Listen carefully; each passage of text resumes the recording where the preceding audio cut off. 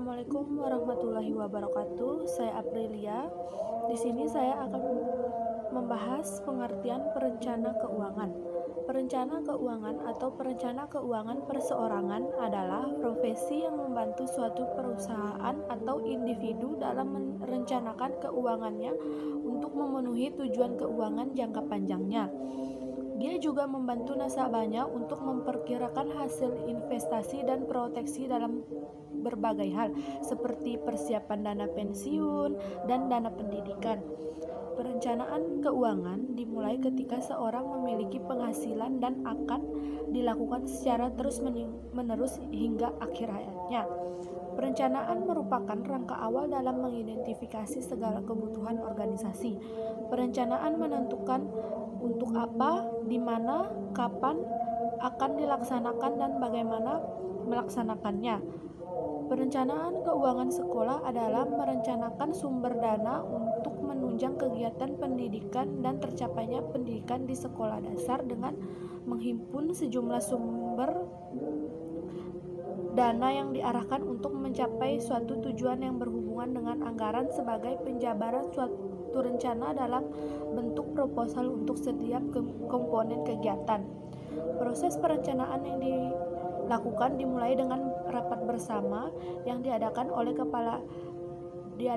kepala sekolah, mengundang dewan guru, komite sekolah, tenaga pendidik dan tenaga pendidikan serta pihak yayasan, yaitu pimpinan cabang Muhammadiyah ujung tanah yang dilaksanakan pada akhir tahun pelajaran untuk memenuhi apa saja yang dibutuhkan dan akan dilaksanakan pada tahun ajaran baru. Hasil dari rapat tersebut dibentuk proposal kebutuhan atau lebih dikenal dengan RKAS, Rencana Anggaran Kegiatan Sekolah, yang berisi rencana anggaran biaya untuk kebutuhan pendidikan dan kependidikan. Kemudian, kepala sekolah dan bendahara sekolah menyusun anggaran berdasarkan hasil rapat. Dalam menyusun keuangan tidak lepas dari kendala yang ada. Adapun kendala yang dihadapi yaitu semakin banyak namun dana yang menggunakan skala prioritas, kebutuhan yang sangat mendesak, maka kebutuhan tersebut yang akan didahulukan. Sekian dari saya. Wabillahi taufiq wal hidayah. Wassalamualaikum warahmatullahi wabarakatuh. Mempertanggungjawabkan keuangan sekolah. Semua pengeluaran keuangan sekolah dari sumber manapun harus dipertanggungjawabkan. Hal tersebut merupakan bentuk transparansi dalam pengelolaan keuangan. Dalam kaitan dengan pengelolaan keuangan tersebut, yang perlu diperhatikan oleh bendaharawan adalah: pertama, semua pemasukan dan pengeluaran atau pembelanjaan tertulis dalam pembukuan keuangan. Kedua, membuat laporan pertanggungjawaban keuangan sekolah. Ketiga, mempertanggungjawabkan keuangan sekolah kepada dinas terkait. Keempat, mempertanggungjawabkan keuangan sekolah kepada kepala sekolah dan bendahara, kepala komite, tenaga pengajar, dan tenaga kependidikan.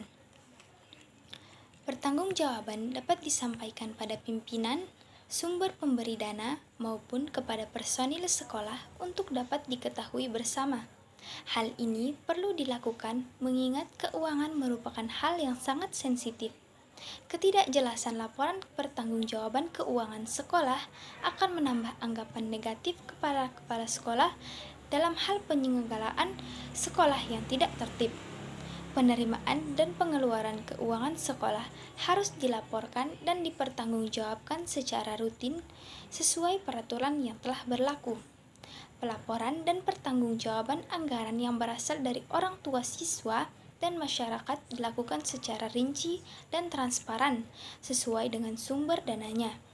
Pelaporan dan pertanggungjawaban anggaran yang berasal dari sekolah dilakukan secara rinci dan transparan kepada Dewan Guru dan staf sekolah. Berdasarkan UU Perbendaharaan Indonesia sebagaimana telah diubah dan ditambah terakhir dengan UU Nomor 9 Tahun 1968, Pasal 7, PP Nomor 5 Tahun 1975, Pasal 12 dan 40, Bendaharawan wajib mempertanggungjawabkan kebenaran semua penerimaan dan pengeluaran. Kepala sekolah sebagai atasan secara langsung ikut bertanggung jawab terhadap semua penerimaan dan pengeluaran yang dilakukan oleh bendaharawan. Agar pertanggungjawaban dapat dilakukan dengan tertib dan baik, maka bendaharawan harus mencatat semua penerimaan dan pengeluaran dengan rapi dan benar.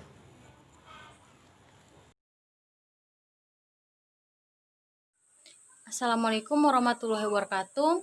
Nama saya Astriani Aulia. Di sini saya akan membahas tentang prinsip penyusunan keuangan. Nah, prinsip penyusunan keuangan ini dibagi menjadi 4, yaitu prinsip transparansi, kemudian prinsip akuntabilitas, prinsip efektivitas, dan prinsip efisiensi. Nah, yang pertama ada prinsip akuntabilitas.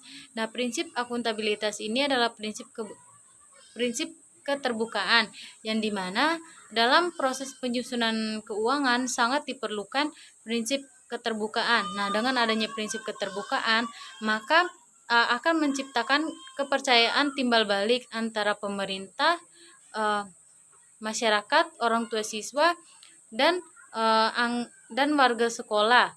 Kemudian dengan adanya prinsip keterbukaan ini, maka orang-orang akan dapat mengetahui dengan mudah tentang sumber keuangan, kemudian jumlah keuangan dan jumlah uang dan rincian penggunaannya. Kemudian yang ketiga ada prinsip akuntabilitas, di mana prinsip akuntabilitas ini adalah penggunaan uang sekolah dapat dipertanggungjawabkan sesuai dengan perencanaan yang telah ditetapkan. Dalam prinsip akuntabilitas terdapat 3 pilar utama.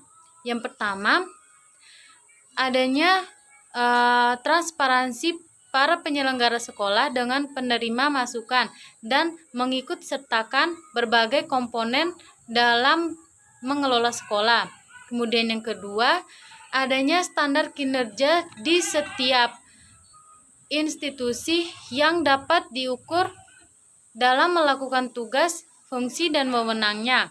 Kemudian yang ketiga, adanya partisipasi untuk saling menciptakan suatu kondusif dalam menciptakan layanan masyarakat dengan prosedur yang mudah, biaya yang murah, dan pelayanan yang cepat. Kemudian prinsip efektivitas. Nah, prinsip efektivitas ini adalah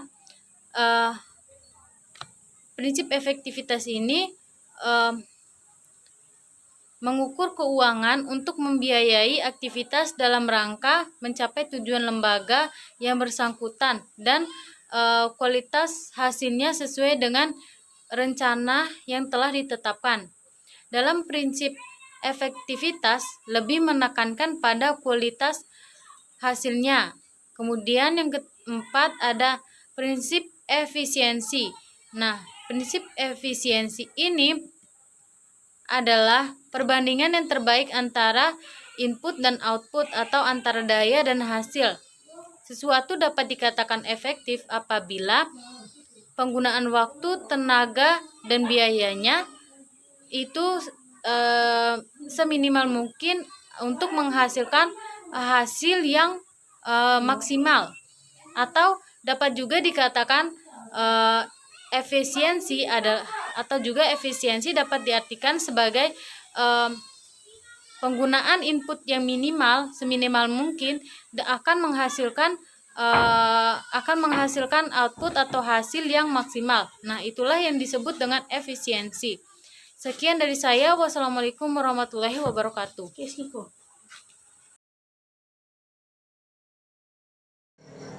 Assalamualaikum warahmatullahi wabarakatuh. Saya Aulia Patra Nirmala. Di sini saya akan melanjutkan presentasi dari teman-teman saya. Dan di sini saya akan menjelaskan mengenai sumber dana keuangan yang ada di sekolah. Yang pertama itu, sumber keuangan yang ada di sekolah itu berasal dari APBN dan APBD, yang dimana APBN dan APBD ini tergantung pada kemampuan daerah setempat atau daerah lainnya. Lalu yang kedua ada dana penunjang. Dana penunjang ini bisa berupa beasiswa yang diberikan kepada peserta didik untuk menunjang pendidikannya. Lalu yang ketiga ada dana bantuan yang berasal dari masyarakat atau sumbangan BP3 atau sering disebut dengan SPP, yang dimana SPP ini dialokasikan untuk keperluan seragam, buku-buku, ATK, dan lainnya. Lalu ada juga disebut dengan dana pembangunan sekolah, yang dimana dana pembangunan sekolah ini ditujukan untuk membangun sarana dan prasarana dan lain-lainnya. Lalu yang keempat ada sumbangan dari pemerintah daerah setempat. Lalu yang kelima ada bantuan lain-lain, yaitu bantuan yang selain yang saya sebutkan di atas tadi, di mana bantuan ini bisa berasal dari instansi-instansi yang telah diajak kerjasama oleh sekolah. Mungkin itu saja yang dapat saya sampaikan, akan dilanjutkan oleh teman saya.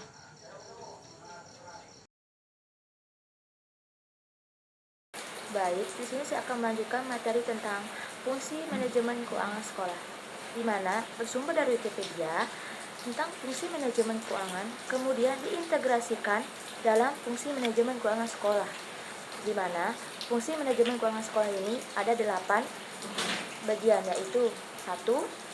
Perencanaan keuangan, di mana membuat rencana pemasukan dan pengeluaran serta kegiatan-kegiatan lainnya untuk periode tertentu. Yang kedua, penganggaran keuangan, di mana tindak lanjut ini dari perencanaan keuangan dengan membuat detail pengeluaran dan pemasukan.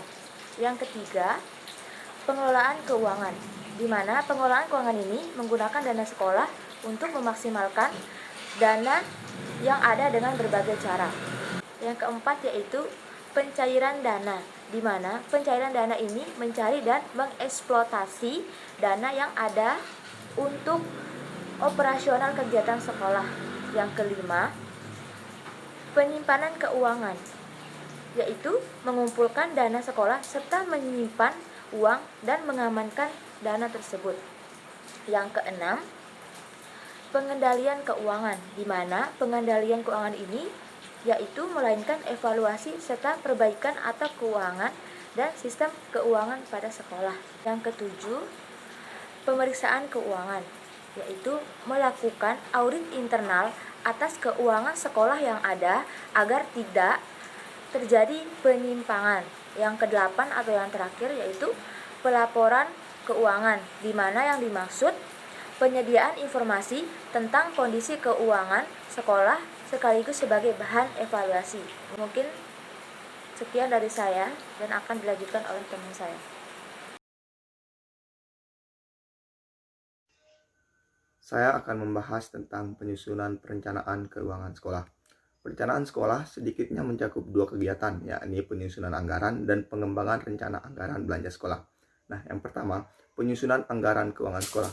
Penyusunan anggaran keuangan sekolah atau sering disebut anggaran belanja sekolah biasanya dikembangkan dalam format-format yang meliputi sumber pendapatan, pengeluaran untuk kegiatan belajar mengajar, mengadakan dan pemeliharaan sarana-prasarana, bahan-bahan dan alat pelajaran, honorarium, dan kesejahteraan.